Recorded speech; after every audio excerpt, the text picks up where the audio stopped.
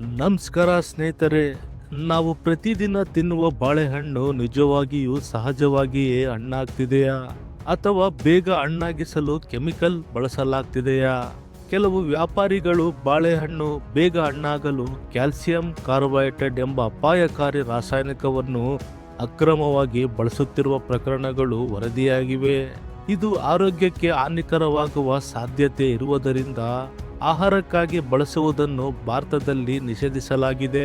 ಆದರೂ ಸುರಕ್ಷಿತವಾಗಿ ಹಣ್ಣಾಗಿಸಲು ಎಥಿಲೀನ್ ಅನಿಲವನ್ನು ನಿಯಂತ್ರಿತ ವಿಧಾನದಲ್ಲಿ ಬಳಸಲಾಗುತ್ತದೆ. ಆದ್ದರಿಂದ ಹಣ್ಣುಗಳನ್ನು ವಿಶ್ವಾಸಾರ್ಹ ಅಂಗಡಿಗಳಿಂದ ಖರೀದಿಸಿ. ತಿನ್ನುವ ಮೊದಲು ಚೆನ್ನಾಗಿ ಅಥವಾ ಉಪ್ಪಿನ ನೀರಿನಲ್ಲಿ ತೊಳೆದು ತಿನ್ನಿರಿ.